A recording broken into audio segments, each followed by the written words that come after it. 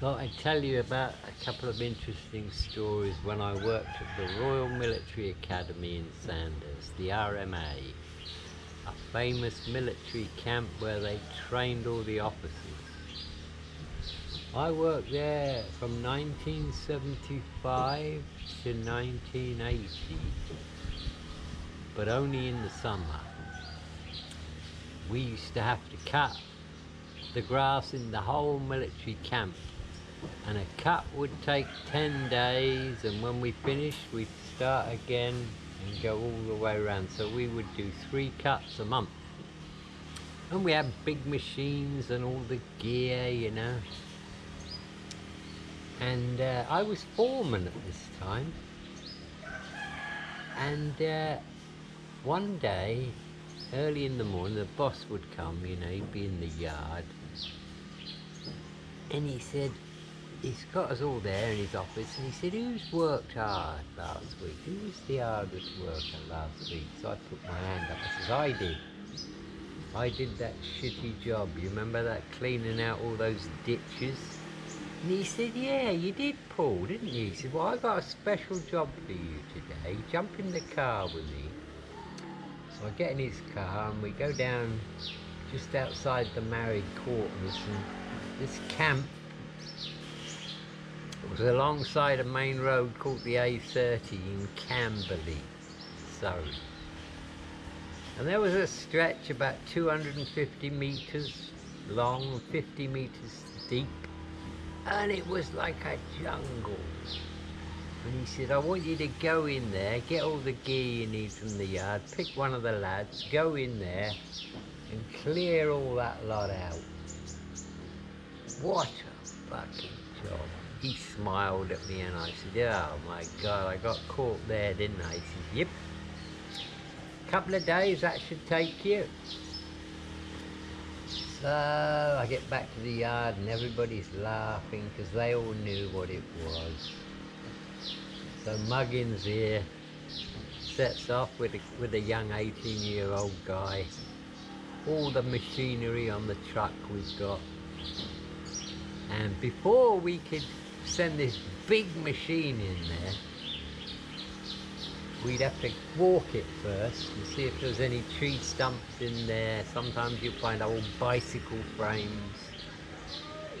And there was wasps' nests and fuck knows what else in there. It was really hot. It was in the middle of the summer. So we're walking through it, and the kid I'm working with says, here, what's this? And I go over there, and it's just on the side, on this side of the big wooden fence that's at the main road there, and there was loads of brambles and shit, so we cut it all away, and it was an old till. One of them old tills that you pressed down like a typewriter on the key, you know. So we got this old till out,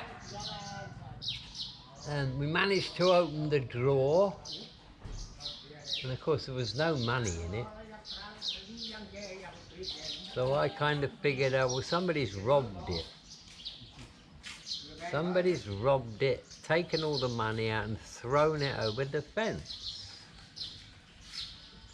Anyway, I looked at the open till and the drawer, and I grabbed hold of there was a plastic overlay, you know, where all the coins could go, where it had little slots for all the coins. And I lifted that up, and blow me down, there was £145 in cash, notes.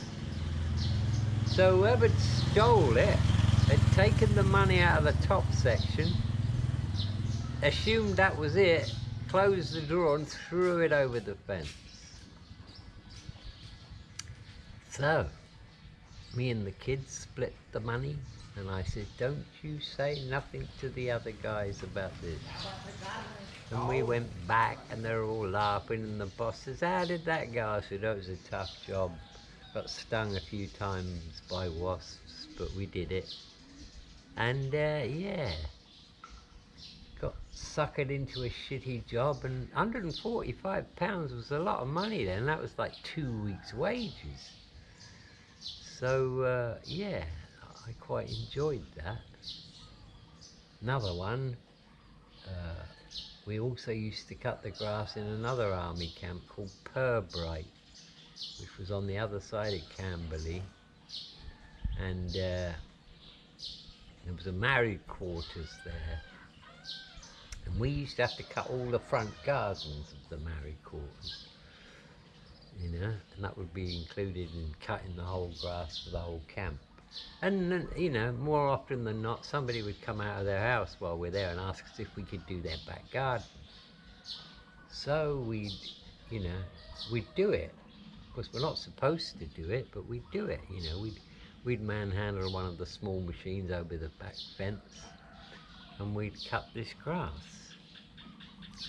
And you know, we'd get £3 or £4, maybe £5 for it. Sometimes it'd be an officer's garden, and you know, get a bit more because it's a bigger place. So one day I'm in this back garden there, and I'm pushing the machine away and we're cutting the grass, and all of a sudden I see this head and a pair of eyes look over the fence. Holy fuck, it was my boss, wasn't it? Vic, his name was. As soon as I see his head, I'm like, holy fuck. So I shut down the machine and I go through the back gate, and there he is with his arms folded, stood by his car. Get in, he said. I get in his car and off he goes. He drives around the corner, he stops the car and he looks at me, he says, "You're my fucking best guy. I can leave you to do a job and I know it's going to get done properly," he says, "and you go and fuck it all up by starting cutting people's gardens in my fucking time with my fucking equipment and my fucking gasoline. What the fuck am I going to do with you?" He says, "Have I got to fire you?" I just sat there. I looked out the window, I didn't say a word, I just sat there, and he sat there for a couple of minutes. He says, "Okay, here's what we're going to do. If you're working for me and anyone comes up to you and says, 'Can you cut my back garden?' tell them you'll come back after 6 o'clock and do it." And I looked at him, I was rather surprised. He says, "Yeah, using my machinery, using my gasoline, but on your time." He says, "And you'll split the money with me, 50-50. That way, I don't get ripped off. You're not working in my time, and so we both do okay out of it. How's that then?" And I looked at him with great relief because I love my job. I says, "Yeah, okay, Vic, we'll do that." So he says, "Okay, that's great. So, don't cut that grass anymore today. You go and tell the person who's living in the house that you're going to come back at 6 o'clock. So that's exactly what we did. And after that, of course, when anyone came out and asked us to cut their grass, that's what we'd do. We'd say, "Okay, 6 o'clock, we'll be back." But we went a step further than that, and we had a little sign.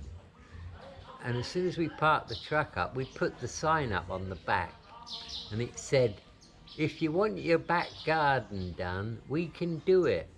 Just ask us." And so we had at least double the amount of people who would normally come up to us and ask us to cut their grass. And so it would take us a couple of hours every day in the evening to do it. And my boss made shitloads of money out of it, and so did I. So that was a pleasant surprise. I guess it was a smart move on his part because he didn't want to lose me, but he couldn't. And he made me not tell any of the other guys. He says, "That's a fucking secret right there." He said, "If I find out you've told anybody, I'm going to let you go." So, yeah, that was an interesting experience.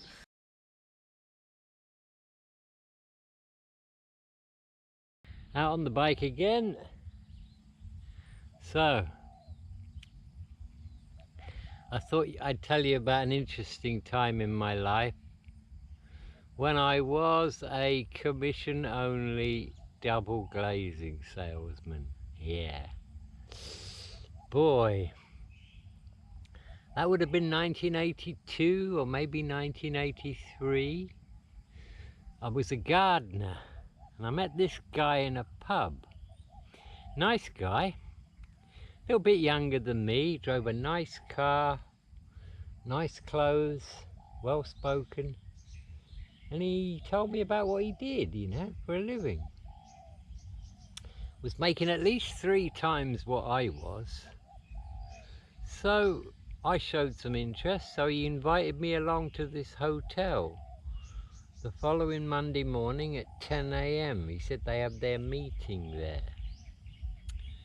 So I go along, take the day off work, and I go along and go in and I see the guy, and he says, okay, yeah, come over, sit down. And there's about 7 or 8 guys there, and one of them, his name was John, looked at me, says, you see that white Rolls Royce outside?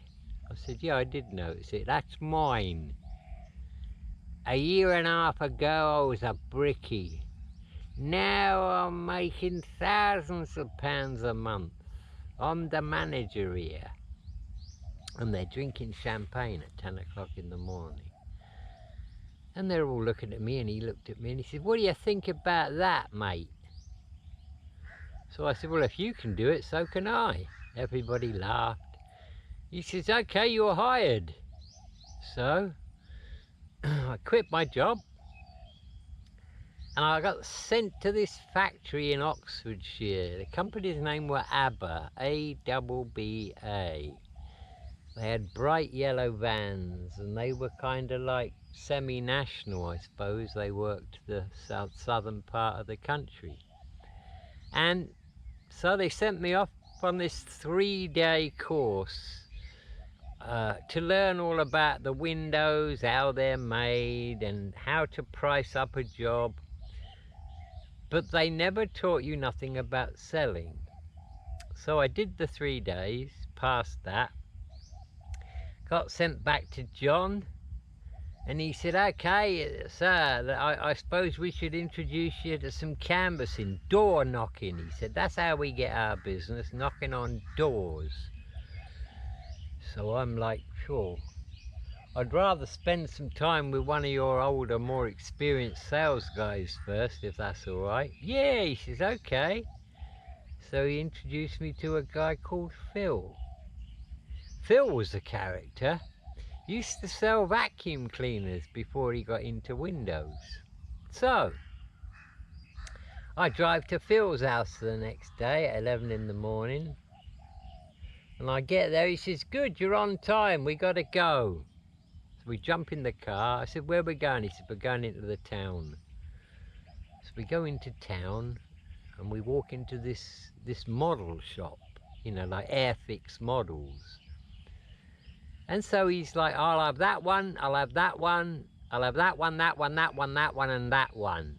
£145 worth of Airfix model kits he bought. So we stuffed them all in a bag and got back in the car, and he says, you know what I'm doing? I said, no. He said, well, last week I sold a big job, house full of Georgian windows with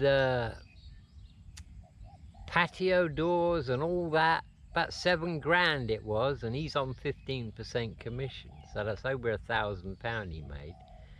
And of course the customer has a 7-day cooling off period when you're selling in the house. That was by law. So he said, I got a call this morning, they've cancelled. And then he goes on to tell me that their son broke his leg playing football, about 12 years old. So he's laid up in the bedroom with his leg in traction. So he says, come on, we're going to the house. He says, don't say a fucking word. So I don't. So he takes all these Airfix kit models out of the bags that he bought them in and stuffed them in another bag. And then we walk right up to the front of the house and he knocks on the door. Woman opens the door, looks at him. Wow, she was shocked. He said, "Hey, sorry to be troubling you." He said, "But a mate of mine's got a warehouse and he buys bankrupt stock." He says, "I was there yesterday and I remembered your boy who's bedridden for like a few weeks and he loves Airfix models. So I got these for him." She just couldn't believe what she's looking at. Please come in, please come in. So they invite us to sit down in the lounge, and she goes and she's talking to her husband on the phone. And she comes out. He says, "Can I go up and give them to him then?" Yeah.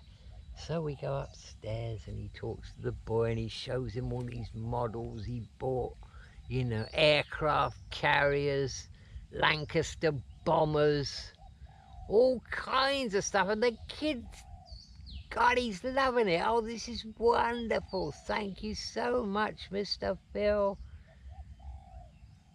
And then we say our goodbyes and everything else, and we get back in the car. And as we're driving down the road, he said, "Before I get home, they will have uncancelled that order." And sure enough, he gets home, phones the company, and they said, "Here, they've just called, they've uncancelled it." So there you go, you see, that's the kind of tricks these guys got up to. They'd always send them a bunch of flowers after a big deal because that pretty much seals it. And so that's how my introduction began.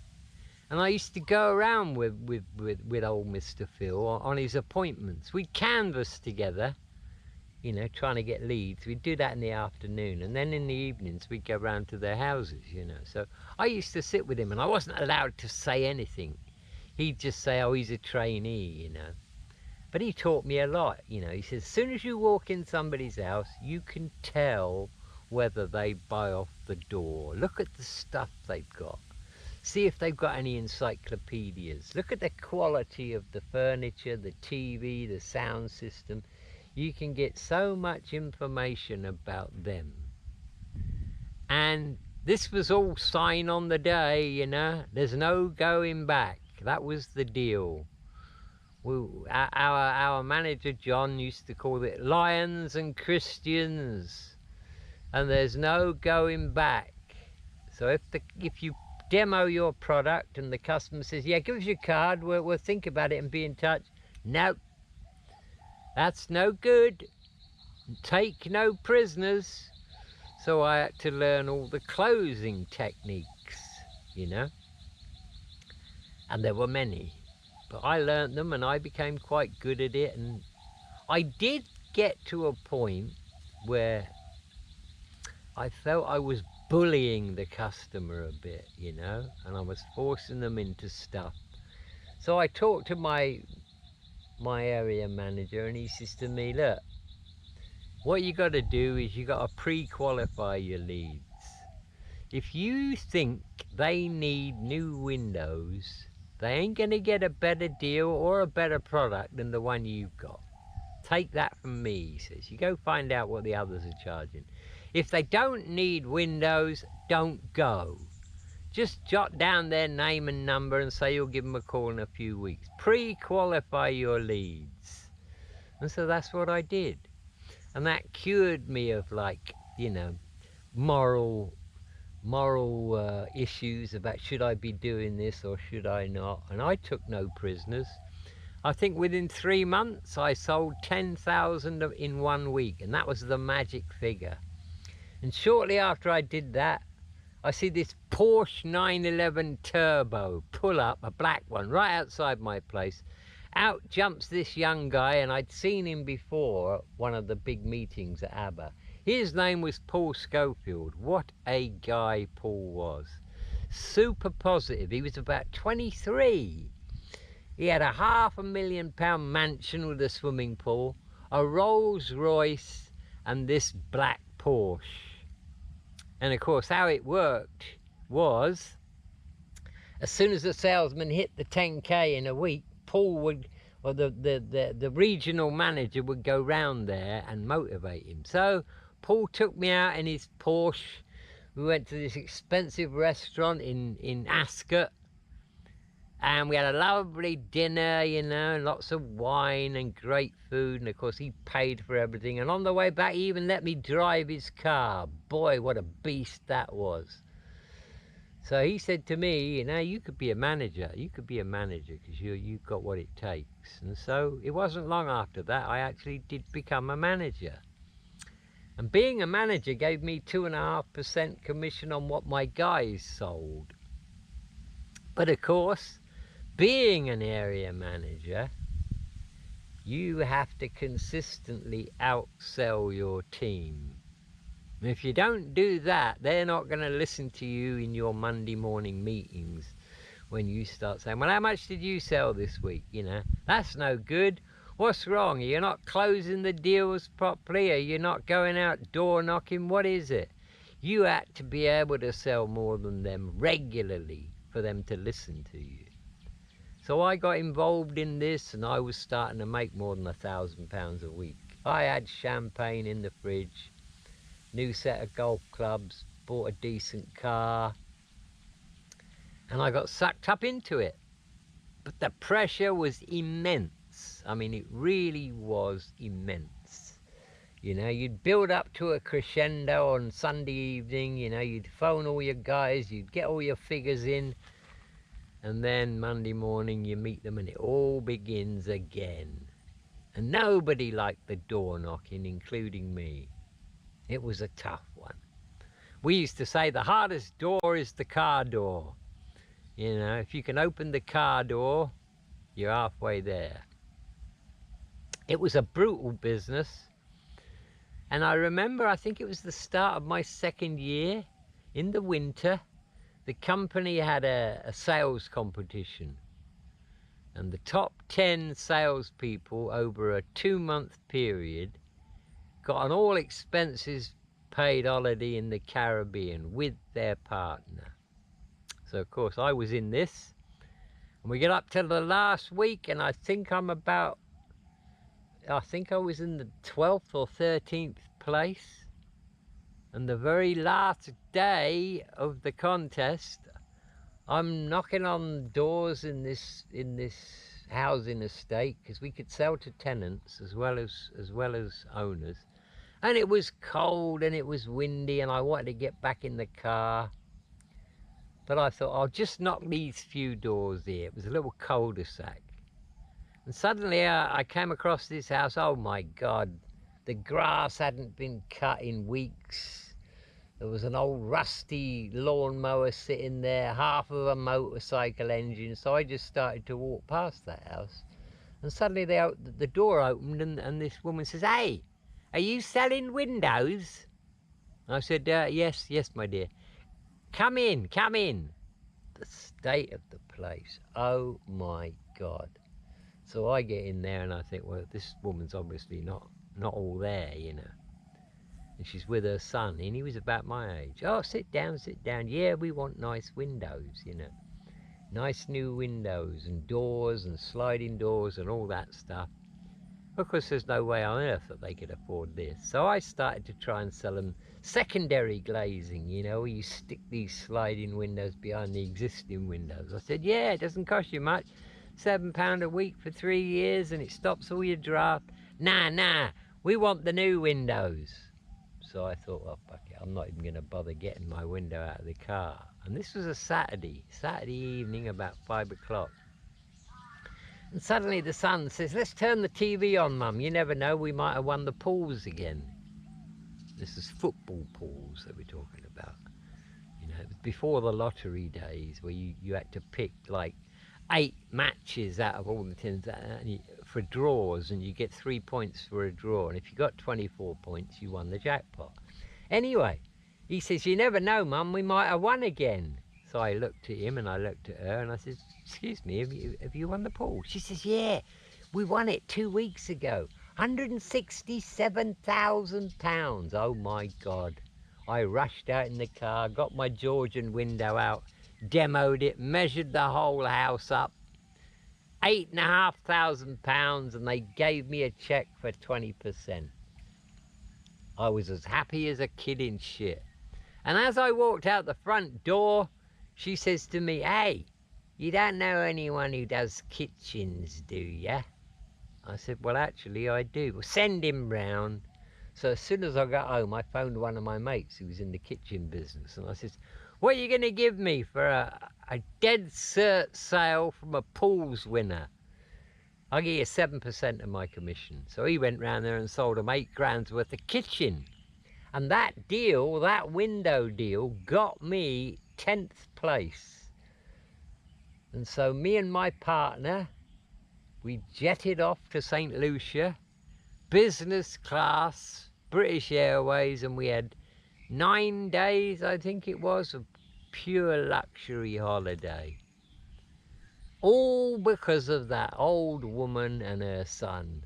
So that taught me never prejudge anybody. Yeah. And as strange as this might sound, I was making all this money, yet I was terribly depressed. And I had this girlfriend at the time, and I used to go and see her a couple of times a week, you know. Loads of money. And I told her, and she said, well, what do you want to do? I said, you know, I'll be honest with you, I'd rather be somewhere like Greece picking tomatoes for $5 a day. And she said, seriously? I said, yeah. She said, well, fucking do it then. So I did. I handed in my resignation. Everybody thought I was absolutely nuts. But I'd figured that the money wasn't what I wanted. I wasn't happy making all this money. I got in trouble with VAT and income tax. And I quit. And bought a backpack and pissed off to Greece. And 2 weeks later, I'm picking tomatoes on the island of Crete, and I'm making $7 a day. And boy, was I happy. And I often wonder what would have happened to me if I'd stuck out the window business. I'm still in touch with a few of the guys, and they're all doing very well for themselves. They got their own business, because I guess they made enough money out of the window game to set up their own business. One of them sells catamarans. I don't know what the other one does. I think he's invested in loads of stuff, and so he doesn't work now. He's retired. Paul Schofield's still going. He was an amazing guy. He still is an amazing guy. So yeah, that was me and double glazing. And yeah, I mean, I was such a good salesman that they would send me around to the places that they couldn't get anyone to sign. So I'd go round there, and as I'd arrive and approach the door, the guy would be standing on the doorstep with his arms folded. You can come in, but I'm not signing nothing today. And I'd just look at him, so I wouldn't let you. My company had been in touch with me and said, hey, you know, you've had a few high-pressured salesmen around here, and you know, you don't like being pressured. And they wouldn't leave you a quote. They tried to get you to sign on the night. That's right, he says, I don't like that. I said, well, I'm not here to do that. You just want a price, don't you? That's hold for like 6 months. He says, yeah, that's all I want. Well, I'm here to do that. So, of course, he let his guard down, didn't he? I'll come in then. And they'd make me a cup of coffee, you know, and we'd sit and have a chat. And as time went by, they relaxed. And then I'd start price conditioning them, you know, telling them, giving them an idea of how much it was going to cost them. Of course, I was building up the price, you see. And I'd measure all the windows, and we'd sit down, and I'd answer all their questions, and then I'd get this official quote out, and I'd write it all out, what it all included, and then right at the bottom I'd write down my price. It might be something like £4,850, inclusive of everything. And I'd write underneath it, guaranteed price for 6 months. And I'd give it to them, and they go, thank you very much, you know, you've been a very nice guy, you haven't pressured us at all. And as I'm packing away my gear, I said, you know, it's a shame you couldn't do anything today, because I could have knocked 25% off that price. The guy looked at me, and he looked at his wife, he says, are you serious? I says, yeah, we've got some big commercial deal coming in. So we bought a huge order of aluminium and glass and all that stuff, you know, and I could tack your order onto that one, and I could have saved you a fortune. Hang on a minute. Don't go yet. And him and his wife disappeared in the kitchen, and they came back 10 minutes later. How much deposit have we got to pay today? I said, just 5%. Okay, you got a deal. And I came out of there and I was like, yeah. So I was known as the guy who could get the ones who wouldn't sign up. And the secret was, you take it away from them.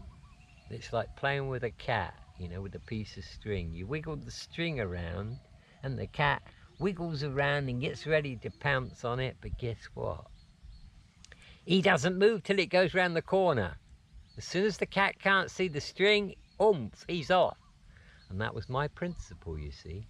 I dangle it in front of them for a while, get them excited about it, and I just take it away. And I put all my stuff away, and the guy says, well, hang on a minute, you haven't given me a price. I'm like, no, because if I was to give you a price now, you'd have to sign today. You'd have to sign tonight, and I know you don't want to do that, so I can't give you a price. I can give you a ballpark price, and only give them a really high price. Well, we really want to know what it's going to cost today. I said, well, I can do that, but are you in a position where you could make a decision right now? So I'd be brutal with it, because if you are, I could do you an amazing deal, and you don't have to have it installed straight away. You can wait up to 6 months. But to get this price, I need a commitment today. And I know you don't want to do that. So I'd start packing my gear. Yeah, wait. We'll decide that. So you see, it was a very clever strategy. I would take it away from them and they'd never suss it out. And of course, there was lots of different closing strategies. It depended on the people. I was around one guy's house one day, and he had a nice BMW, and he had a Bang & Olufsen stereo. So I gave him a really high price and showed him the windows, and he loved the windows. He said, it's too much. I said, too much? He says, yeah, I can get it for half that price. So I says, that's a bloody lovely BM you got out there in the driveway, isn't it? He says, yeah.